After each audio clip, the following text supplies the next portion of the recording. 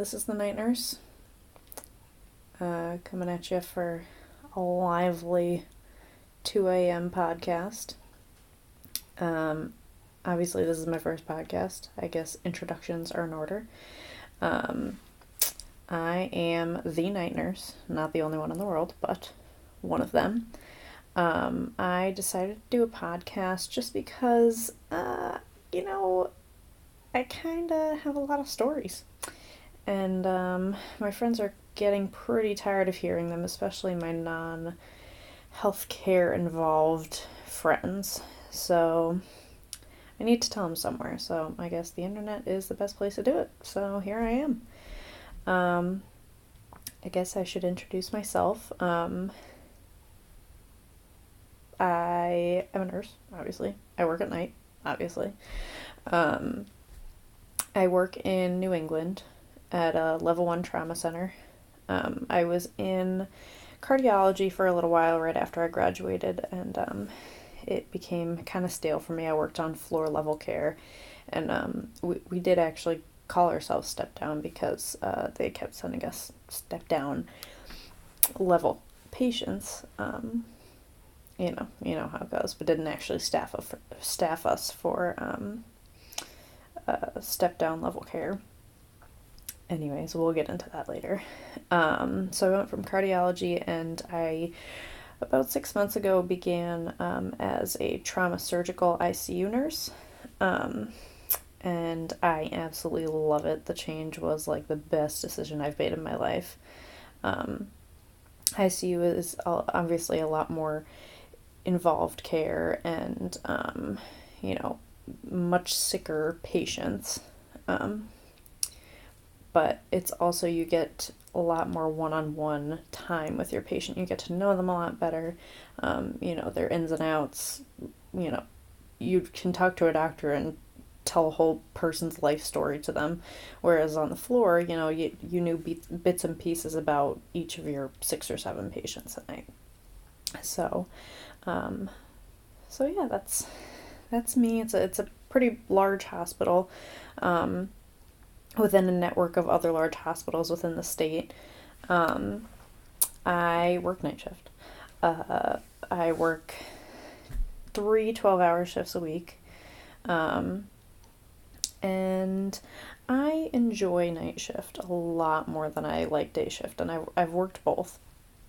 And I just feel as though night shift has a little more of a relaxed goings on during the night. And I think part of that has to do with there are less people there. I mean, especially in the ICU, the patients don't get any less sick at night. They're still having all the problems that they have. But I think for where I work, there are a lot of patients who have multiple teams of doctors working with them. We have obviously the ICU team that, is the general care, but then we have orthopedics, we have trauma, we have, I don't even know, I can't even think of them now. We have endocrinology, we have cardiology, we have like literally everything under the sun. But I think during the day, a lot of them decide to use the nurse as like the talking stick, and 3 different doctors want 3 different conflicting orders, and you're the one that has to go and be like, no, I don't think that's gonna work. So I think at night, you're dealing with a lot less people, which there are a lot less cooks in the kitchen, which makes it a little bit easier to get a straightforward answer. That being said as well, there are less family members at night, which kind of sounds terrible, but, and if you're a family member and you're worried about your family, like, I totally understand. I'm working in trauma, like, this happens, out of the blue for most people. So I think that it's justifiable, the families being there and worried and very involved in care, but a lot of the time it impedes on what we're trying to do. So I think at night it's a little bit easier for us to get our job done. So those are the pros of night shift. The cons of night shift are obvious. I mean, you're a vampire. I mean, I'm literally here at 2 a.m. in the morning, 2 a.m. in the morning. I don't know why the heck I just said that, but 2 a.m. in the morning. And, you know, your sleep schedule is off. You make it work. And, you know, some people are like, oh, well, night shift's great because you have all day to do stuff. I'm like, well, reverse this. If you had to wake up at 2 a.m. and like go to lunch with someone, you wouldn't feel too hot either, you know? So I just putting it out there. That's a con. Another pro for night shift, you get paid a lot more. You know, not that we do it for the money, people, but part of it is the money. Anyways, let's see, what's another con of night shift? A lot more people die on night shift. I mean, day shift would probably disagree, but I feel like a lot more people die on night shift. Which obviously isn't fun. That's definitely a con. You don't want your patients to die, obviously, but, yeah, so, and then I guess I should say, I feel like this happens a lot in, like, podcasts and everything. You don't really, obviously I'm probably not going to say, like, my name or, like, my actual age or, you know, whatever, but I feel like a lot of people don't really say how old they are in these podcasts, and I find that kind of weird because then I'm, like, hardcore imagining, like, either someone a lot older or a lot younger than who's actually speaking.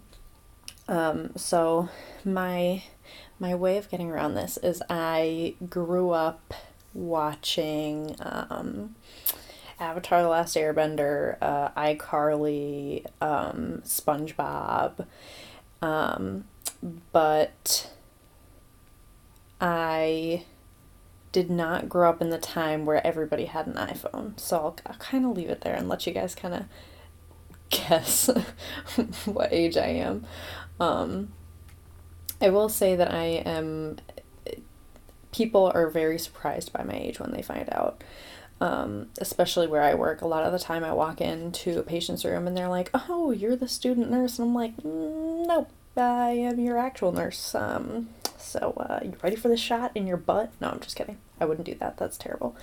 But yeah, people are very surprised when they learn my age. And, a lot of people don't believe I'm a nurse, but, you know, that's okay.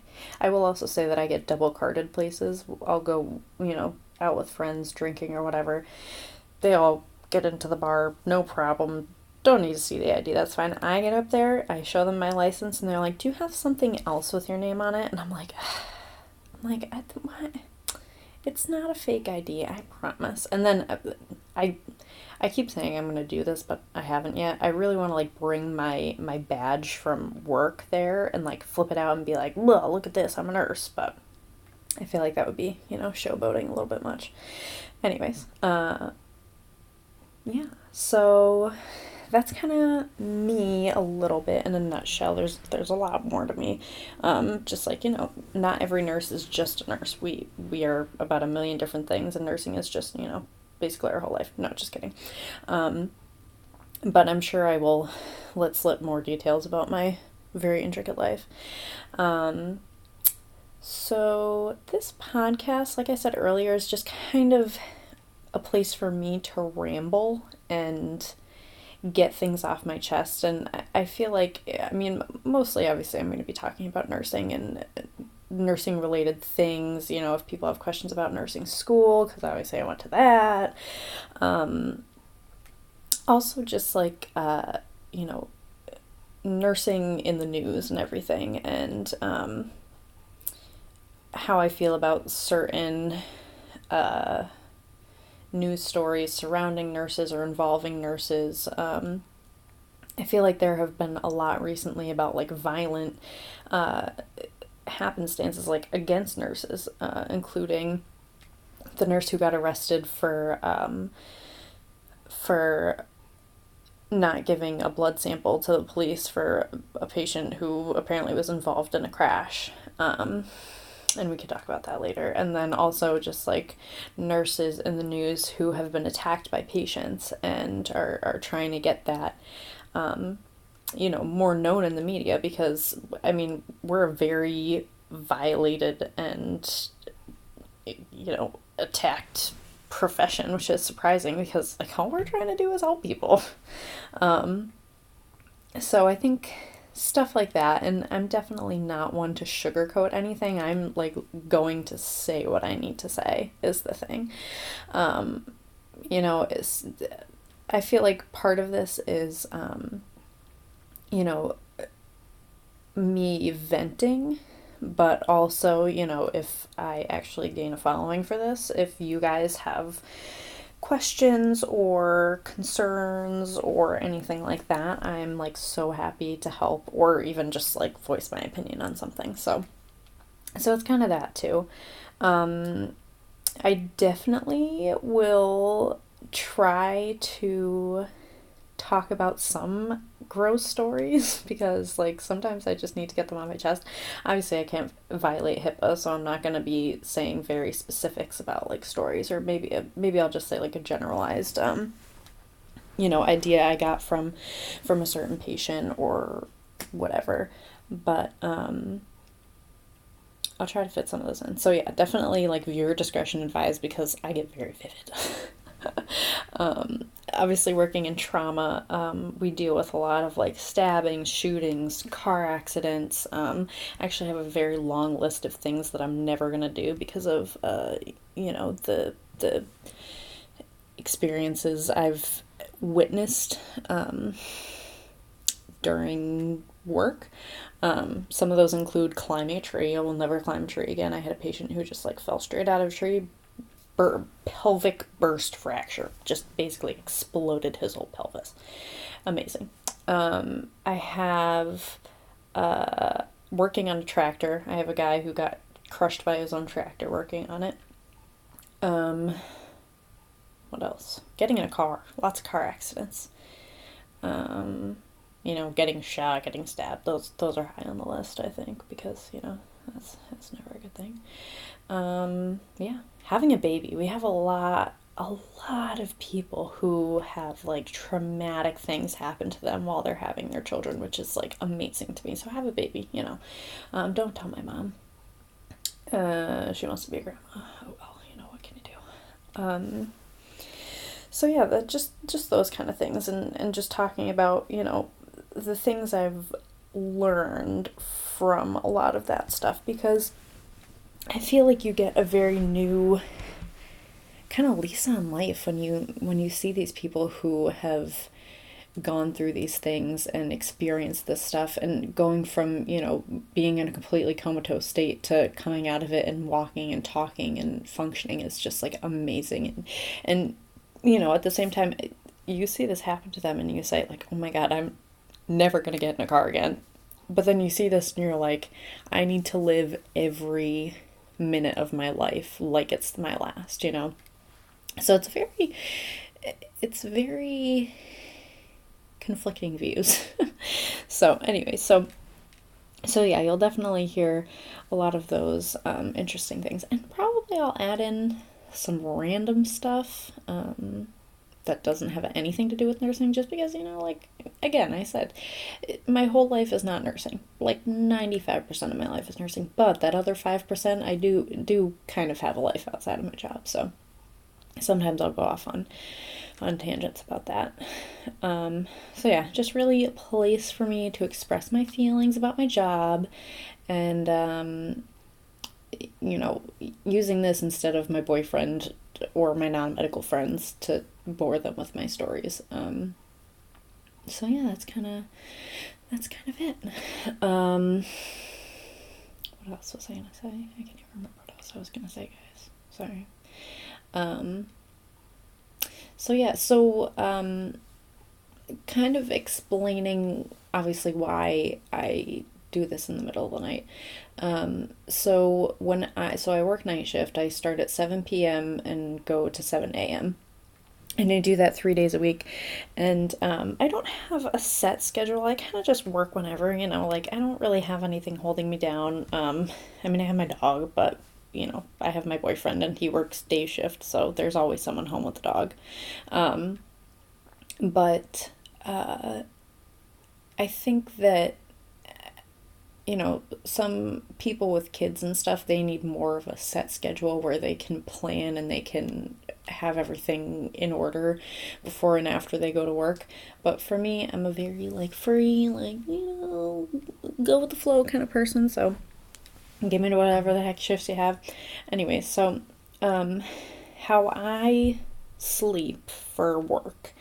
The day and night before I work, I will stay up like all night, So today right now is well, I guess it's Friday now, but Thursday. So Thursday, I woke up at a normal time, got up, lived my life. I took the dog to a dog park. I went and got my nails done. I went to the grocery store. I paid my bills. I did everything. So tonight, Thursday night into Friday morning, I stay up all night. I hang out, I write, I read, I watch TV, I paint, I do whatever in the heck I decide to do that night.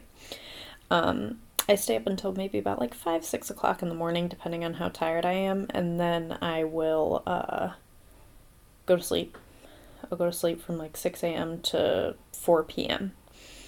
I wake up at 4 p.m. on Friday evening, get up, get ready, take the dog for a walk, all that fun stuff, and then I'll go to work for 7 p.m. So this podcast kind of was born out of partial boredom too, because I've been doing nursing for a while now, and doing night shift nursing for a while now, and kind of sitting up and watching TV and reading just gets very old after a while, and kind of need something fresh and new to do. So this is my fresh and new thing. I tried knitting, and knitting was just like such a terrible idea. I was so bad at it. So podcast was next on the list.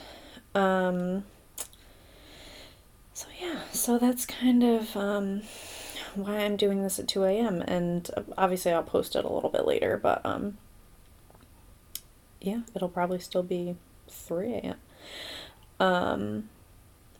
So yeah, so that's kind of the gist of what this is. And I do want to shout out to my boyfriend who helped me set this whole thing up, because I am literally the least tech savvy person in the entire world, which is surprising because as a nurse you have a lot of technology that you deal with, and those like A+ can do it all the time. I can work the flow tracks, I can work the monitors, I can work this, I can work that. Great. I'm great with it. Put a computer in front of me, I'm like, I can't. I just shut down. I have like an off switch and they turn me off, and I'm like, nope, can't do it. So my boyfriend who works in IT, he actually helped me set this whole thing up. So I just want to shout out to him. Thanks, babe. You're great. Yeah, so I just have a few like small things that I wanted to start with and just see, just start talking and see where the conversation with myself goes. So the first thing I have on my list is what not to ask your nurse friends. So this includes nurse friends, family, any nurse that you meet. So the first one that I want to start with, guys, and like honestly, this is probably the first thing you think of to ask a nurse when you meet them, is the classic, oh, I have this rash, can you take a look at it? Like, oh my god, guys, literally, if I don't even care if it's a joke, like, it's not funny. It's like, it's one of those things, obviously, as a teenager, I worked in retail and everything, and, you would have customers come up and they would be like, oh, this doesn't have a price tag, that means it's free. And like, that stupid line that every single person says to you when they come up? Yeah, that's the exact same when somebody comes up to you and they're like, oh, you're a nurse? I have this rash, and they start like pulling down their pants or something like that. And yeah, it's not funny, guys. I'm done hearing that. And guess what? I give that like half-hearted chuckle, but on the inside I'm like, I just come on, like every damn time I meet someone and I'm like, oh yeah, I'm a nurse, they're like, well, rash. Anyways, so don't ask your nurse friends that. And I think that goes along with this next one, is just don't ask them to diagnose you. And if it's something simple, like, oh, should I go see a doctor for this? Like, I can answer that, no problem. But if you're like, I have a specific pain and it's been going on and off for 2 days and it only happens when I do this and on a full moon and it feels like this. I'm like, I don't know. You're having pain. I can diagnose, like if you're telling me that you're having pain that feels like your appendix burst or something like that, or you have appendicitis, like I could probably tell you whether or not you're right on that one. But if you give me the most vague description about something that has been happening to you for however long, I'm like, I can't help you. You should go see a doctor for that. So just like vague descriptions of pain and asking what it means, I don't know. I'm not a miracle worker. I think that's another common misconception about nurses, that like we know like every medical thing known to man. I do not even begin to think that I know everything in the medical field, because like it's impossible. And here's the thing, doctors don't either. Nurses, doctors, anybody. We do not know everything in the medical field. Like if someone says they do, they're lying. But excuse me. Excuse me. But we know a broad spectrum of things. We don't know specifically what that rash is. I couldn't look at a rash for 2 seconds and be like, oh yeah, that's ringworm, that's Lyme disease. Well, I could probably point out Lyme disease. But regardless, we don't know everything. So don't expect us to have all the answers. And also don't expect us to literally be a walking emergency room, because I do have a few things, medical things in my house. My boyfriend might say that we have more than a few medical things in our house, but I don't have a whole emergency room in my house. So if you're coming over expecting me to like splint your hand, I probably can't do that.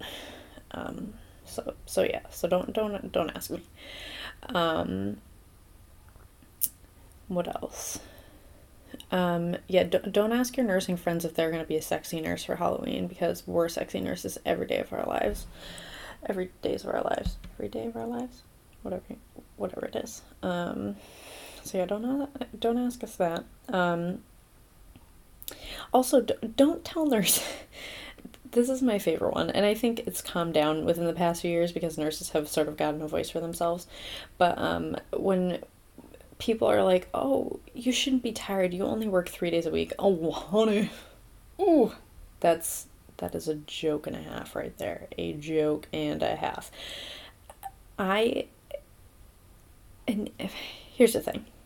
And this is not to discredit any other job out there, because every job has its hard days and its good days, and every job is hard in its own way, difficult in its own way.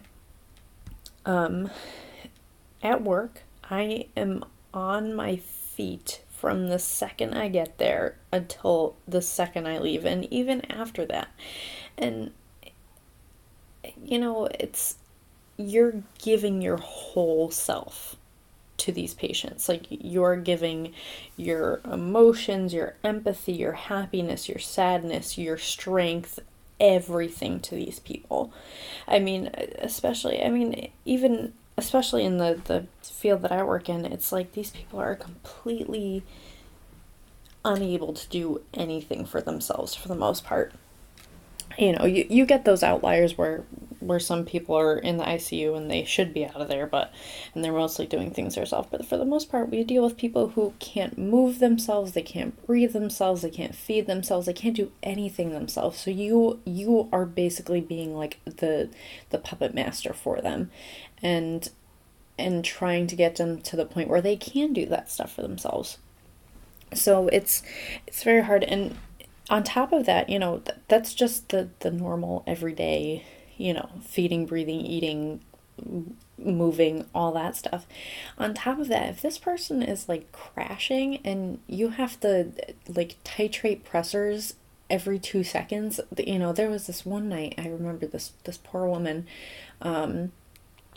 oh man, she was trying so hard to die on me, guys. Like she was trying to die, and I was like, oh my God. So, we had her on three different pressors. We had her on Vaso, Levo, and Neo, and like we had them all maxed out. We had her like being flushed with boluses. We had her on intra-abdominal pressure monitoring. We had CVP monitoring. We had A-line monitoring, hooked up to FlowTrack, like everything. And I literally brought all my stuff, like my papers and my stethoscope and my water and everything, and I sat in her room all night. And I had a second patient. So sidetrack. Our max is 2 patients at a time on my ICU. I think that's for the most part pretty standard in most ICUs. I could be wrong. I have no idea. But in my hospital, on my floor, we get a max of 2. So this night I had this woman and I had another patient, and thank God, guys, my other patient was like extremely, I mean, I say fine. He was intubated, he was on a couple meds, but he was like pretty much stable. So thank God he was like that, because this other woman took up every single ounce of my time. And I was in there, I was titrating pressors, I had to do like Q1 hour neurovascular checks, which is I had to check her pulses every single hour. Which, doesn't really sound like a lot, but especially when you're using a Doppler device, which is basically something that, a lot of people know it because pregnant people use it to hear their baby's heartbeat, but we can use it to hear the pulses in your feet. So this woman, I had to check her pulses on her feet every single hour, and it takes a while to find them, because obviously if they were easy to find, we wouldn't be checking them every hour probably. So I was checking them every hour, so it took me a while to find them and blah, blah, blah, and I was searching around for them. And then by the time I found them, I was like, okay, great. And then I'd have to chart and do this and do that and titrate her pressors more. And then by the time I knew it, it was the next hour and I had to check her pulses again. So this is just an example of the crap storm that we deal with during the day. Well, during the night. Because we're just constantly moving, and this woman also needed to be turned every 2 hours, so we got to move her around in bed. So at some point I'm using my muscles to basically take this woman and move her in a different position, completely dead weight and everything. So people who say that we shouldn't be tired because we only work 3 days a week, our 3 days a week is like 5 days a week to you guys. It's mentally, physically, and emotionally like exhausting. Sometimes I get home from work and all I want to do is just lay down, and I don't know if you guys get this, but when you like lay down flat on your back and you can feel your spine just stretching out, and it's like the most painful yet most satisfying thing in the entire world. Like that happens to me every day when I get home, every single day.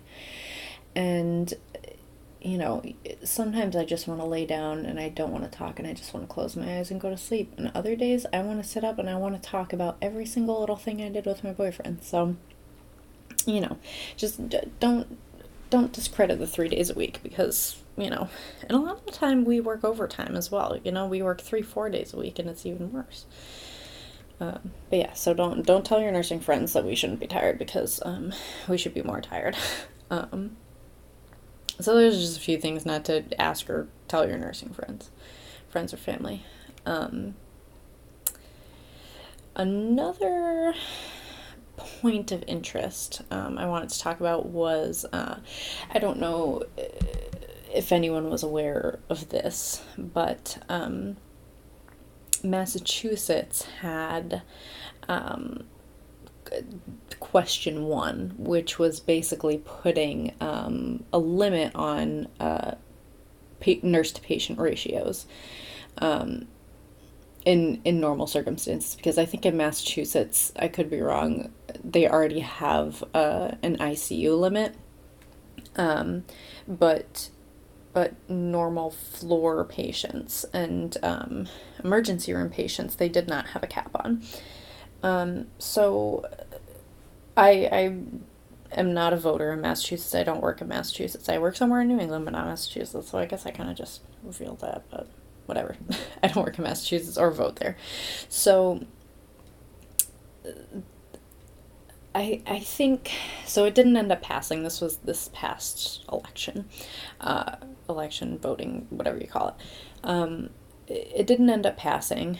I think one of the big reasons it didn't end up passing was because there was a lot of fear tactics used with like the big hospitals. So one of the biggest hospitals, at least in the like Western Mass area, they used a lot of these ideas that like these smaller hospitals that were like mostly taking care of like the mental health population were going to close, and then all those mental health patients were going to come to the ER, and then you know, the nurses there were going to have to take over the mental health patients, and they wouldn't have time for like the very, you know, and not to say that mental health patients aren't very sick, but like the traumatic like emergency situations. So I think they used a lot of that, convincing the nurses there that was what was going to happen if question 1 passed. And that was because they said that they wouldn't be able to staff the smaller hospitals appropriately. So I think that's part of the reason it didn't pass, because all these big hospitals were saying like, oh, the smaller hospitals are going to close and all those patients are going to come swarming to us. Which, you know, my other issue is that these big hospitals usually own these smaller hospitals. So I'm like, that's not an issue with that small hospital. That's your issue. You own it. What are you doing? Anyways, that's kind of that part of it. But this law sort of comes and like brings in this question of, are we understaffed in like nursing in general? And like, I think hell yes, we are understaffed. When I was a floor nurse, so I worked in cardiology, our vast majority of patients were people who had, so we dealt with mostly people who had minor heart attacks, which we called them non-STEMIs. There were STEMIs and non-STEMIs, and non-STEMIs are non-ST elevation myocardial infarction. So basically it's an occlusion in one of your arteries in your heart, that's not usually totally occluded, and it doesn't give you like total cardiac muscle death, which is what a STEMI would do. A STEMI is an ST elevation myocardial infarction, and the reason we know those two are different is because the STEMI, the ST segment in the EKG, so like the little heartbeat that you see and everything when, you know, boop, boop, all that stuff in the TV. There's a part of it, the ST segment, that's like elevated, and that's like the cardinal sign of like a big heart attack, something that you have like a completely occluded artery. So we would get the ST elevation heart attacks, the big ones, after they had been operated on, and after they were just like cooling off. Basically, we call them STEMI cool-offs, was the name that we gave them, because they would just be kind of like hanging out with us, so we made sure that nothing was going to go wrong. So anyway, so for their whole stay though, we would get the non-STEMIs, which were like the very lethal heart attacks. And these people could like wait a little while to get stents placed. They still had to be like in the hospital. They had to be on our floor. They had to be on a drip of like a blood thinner to make sure that whatever occlusion they had in their arteries like wasn't getting any bigger. We would get a lot of those people. We would get people who had like multiple arteries that were blocked, which meant they would have to have open heart surgery and have a bypass done. We call them cabbages, which are like a coronary artery bypass graft surgery. And we would have them before they went to open heart. We would have some people who are like pre-transplant, pre-heart transplant. We would have a lot of people who had congestive heart failure who went, into like a fluid overload. Either they weren't eating right, they had, we saw a lot of these people after like Thanksgiving and holidays and stuff like that, because they would like eat a bunch of salty food and they would put themselves into fluid overload, give themselves a CHF exacerbation is what we call it. And so we would diurese them. We would give them diuretics, which would like help them get all the extra fluid that they were carrying around. It would help them get that off, out of their lungs and out of their legs and all that fun stuff. So those kind of were our big patient population. Then there would be other things scattered in there, but for the most part, that was the biggest few populations that we would get. So we were sorely understaffed on that floor, which that was one of the big reasons I left, because it was getting to the point, and we had 26 beds on our unit, and when we were completely full, when we had every single bed full with people, and a lot of our patients would be post-cardiac catheterization. So those people that I was talking about who had those like non-threatening heart attacks, I mean, I call them non-threatening. They're still, it's a heart attack, it's threatening. But, the people that could wait for the stent. So they would stay with us for probably a day or so. We would give them heparin to keep their blood thin, make sure those clots weren't getting any bigger in their heart. And, then the next day they would go to the cardiac cath lab, and basically they would go in and they would get like a tiny little puncture in their wrist, and they would thread like a sheath all the way up through one of their arteries in their wrist, and they would go all the way up into the heart, and they would get to see where those blockages were, and they would like balloon them open. They would place stents there to keep it open. That kind of stuff, which is very cool. It's pretty dang cool. And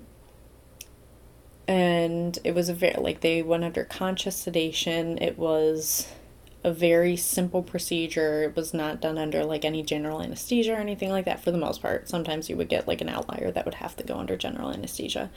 But for the most part, conscious sedation.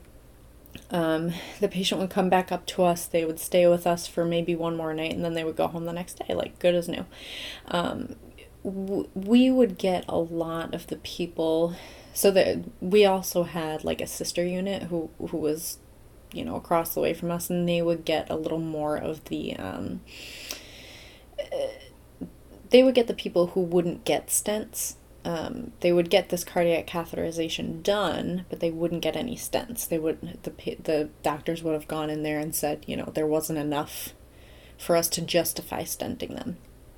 So they would come out, they would just go, usually they would stay for like 6-7 hours, and then they would go home. We would get the people who would get stents, which are a little bit more involved with care, just because, higher risk of bleeding. They were in the procedure for a longer time. They would get more heparin, which means they would bleed a lot more. So we would get a lot of those. So the issue then becomes is, you have this big puncture in one of your arteries, and it's like a big risk of bleeding. So you would have this person, and all of a sudden they would just be like, have a giant, like a golf ball sized, we call them hematomas. It's a collection of blood underneath the skin. So basically it's just like bubbling up like a giant, like a golf ball underneath your skin.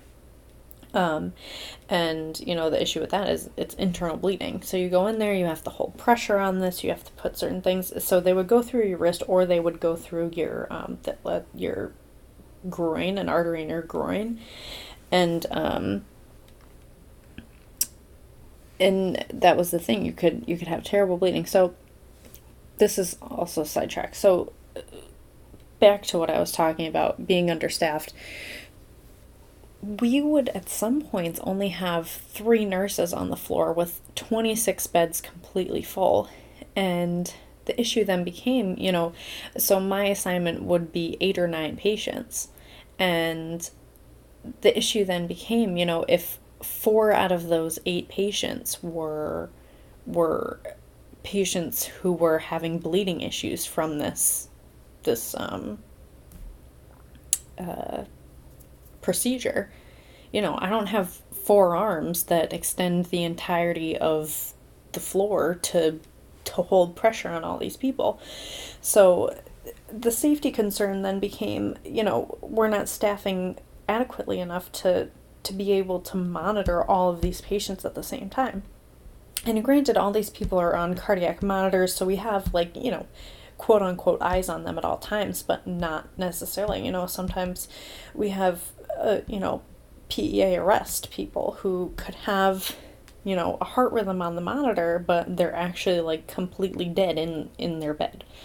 So, you know, that's a big thing. So I agree with the fact that we were sorely understaffed.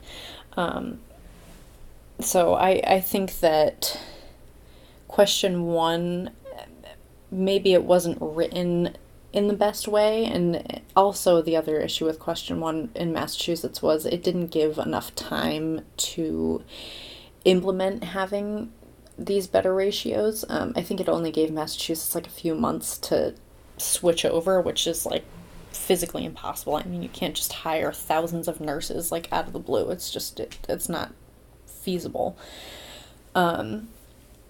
So I think it had good intent, and that should be where we are going, and I think it did open up that conversation.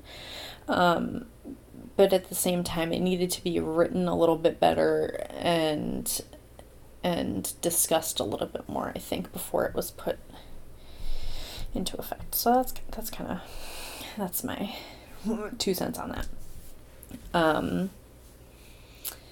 So yeah. And the last thing that I wanted to talk about was what it's like to live with a night shift nurse. So my boyfriend and I live together. We have a cute little house. We have a little dog. You know, it's very exciting. And before we lived together, I lived in an apartment with a bunch of college kids. You know, me and a bunch of roommates. We had an apartment together. There was 6 of us at one point, and then one moved out, so it was 5 of us, and we lived there for a few years.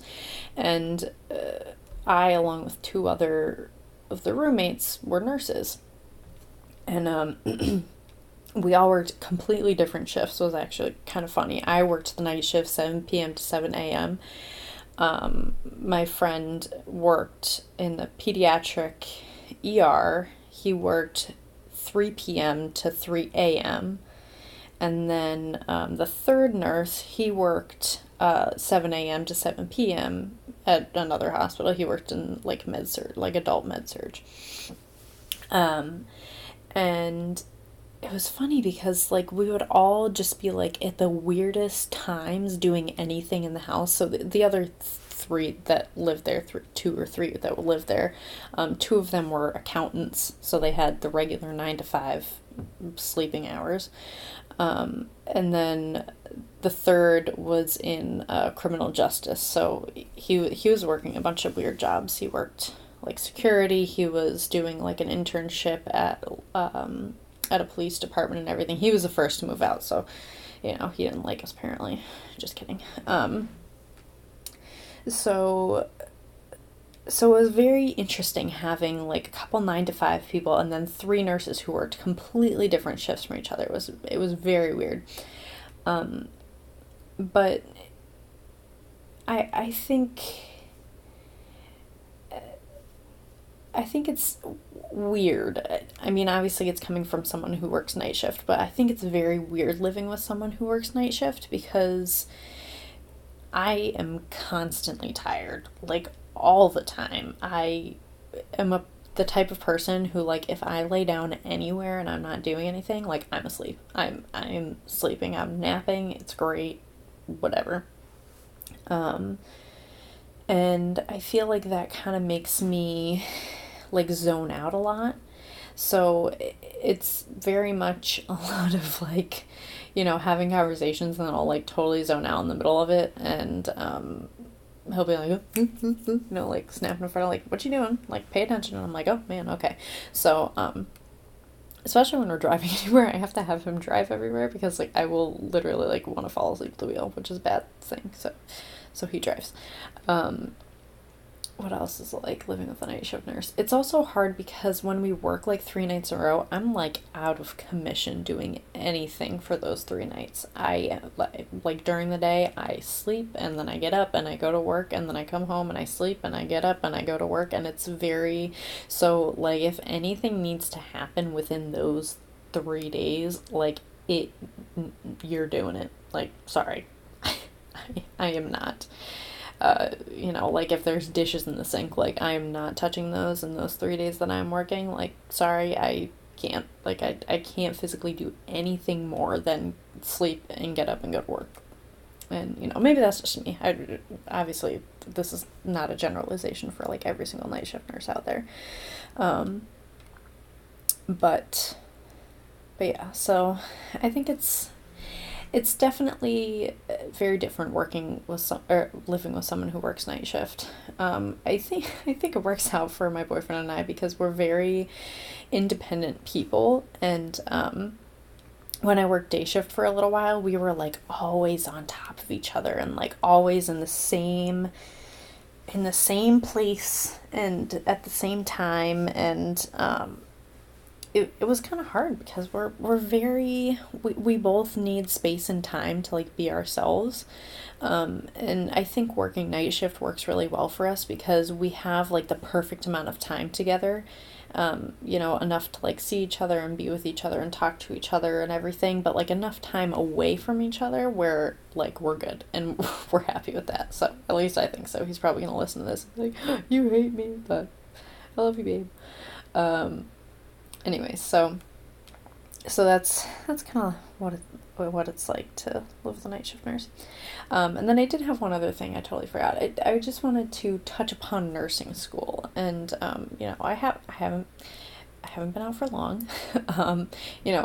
There's probably like 30-year veteran nurses who are like, oh my god, like you're so young, what are you talking about? Anyways, but nursing school is hard, guys. Like, the hardest freaking thing that I've ever had to do. Like, oh my gosh. And just kudos to anyone out there listening who is going through nursing school right now, because like you are a superhero, because nursing school is so effing hard. Like, so effing hard. And I think so my boyfriend and I dated all the way through college, so he experienced me going through nursing school, and he experienced the like constant meltdowns I had. Like, I had panic attacks like every single week over like some test or quiz or anything. Like, I was convinced every single day that I was going to fail out. Every single day I'm like, I'm going to fail out, I'm going to have to go to another year of nursing school. Like, I can't afford that, I can't do this, I can't do that. Nursing school is hard, guys. It's awful. But the light at the end of the tunnel is I absolutely love my job. And, I complain about it sometimes, obviously. Like, who doesn't complain about their job? But here's the thing. Like, I love my job, and I would never do anything else, because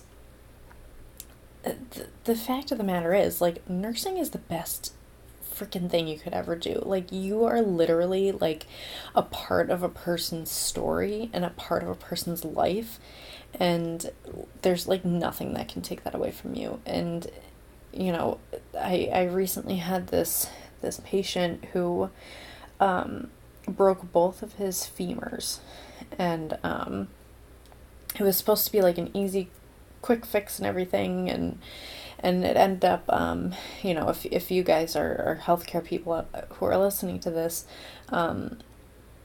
you know that when you break a long bone, so like your femurs, your humeruses, that those kind of bones, there are fatty deposits within those bones, and so when you break them, you run the risk of throwing fatty embolism, and it basically gives you like a stroke, essentially.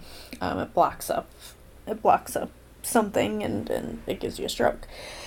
And so I had this patient, and this happened to him, and I was the nurse for him. And I noticed, you know, I had been in there like 15-20 minutes before, and he'd been talking to me and nodding yes and no and doing what I needed him to do. And then all of a sudden, I go in there like 15 minutes later, and he's like unresponsive. I'm like sternal rubbing him, which if you're in the healthcare field, you know sternal rubbing is like what wakes people up, and if they're not responding to sternal rub, you know that something's wrong. But so like trying to wake him up desperately, and like nothing is waking this man up. So obviously we intubate him for airway protection, bring him to stat head CT, bring him to stat head CT, which didn't really show anything. We needed an MRI, but this guy, he had pins in his legs, so we couldn't bring him our MRI that night. Whatnot, blah, blah, blah. Basically, this guy was like completely just like no response whatsoever. And, you know, you really can't do anything for a fatty emboli. You basically have to sit and wait. And, you know, you support the person as much as you can with, you know, the vent and everything like that. And so it was basically like a huge waiting game with this guy, and he ended up getting a trach and getting a peg tube and everything, because like that's the only way we could keep him sustained. But within the past like 4 or 5 days, he's actually started to wake up, like open his eyes, follow our commands, squeeze our hands, wiggle his toes, which is like absolutely amazing, because we were not sure if this guy was going to make it out. And knowing that, you know, I could be a part of this guy going from someone who we didn't think was going to make it to someone who is possibly going to make a recovery now is like the most beautiful thing that you could ever do for another human being. So, you know, just going back, kudos to you guys for getting through nursing school, and just know that there is a light at the end of the tunnel, and it is absolutely worth it. I absolutely love being a nurse, and I'm sure that throughout most of these podcasts you guys will understand why. So yeah, that's kind of it. So I hope you guys liked this first intro episode to the Night Nurse podcast. If you have any like questions or comments or anything, you can, I mean, I guess, I don't really, also guys, like, I don't really know how YouTube works, so like, I think you can comment on this, I'm assuming. So yeah, comment on this, or I have a Gmail account if you guys want to email it, and it's nightnursepod@gmail.com.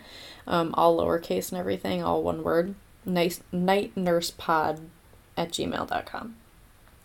So if you have anything, if you want me to talk about anything, if you have a newspaper clipping, I don't know, that's a very old person thing to say to me, but like a news story or something like that you want me to talk about, or if you have a cool story from your experience, or if you're a nurse and just want to say hi and be like, thanks for talking about nursing, then yeah, do that. You can email me or comment or whatever. And if you want to hear more, I guess you can subscribe. I think that's a thing that people do on YouTube, right? I'm assuming. So yeah, that's it for today, I guess. I hope you guys have a wonderful night, a wonderful sleepless night. And yeah, guys, stay nursey. Bye.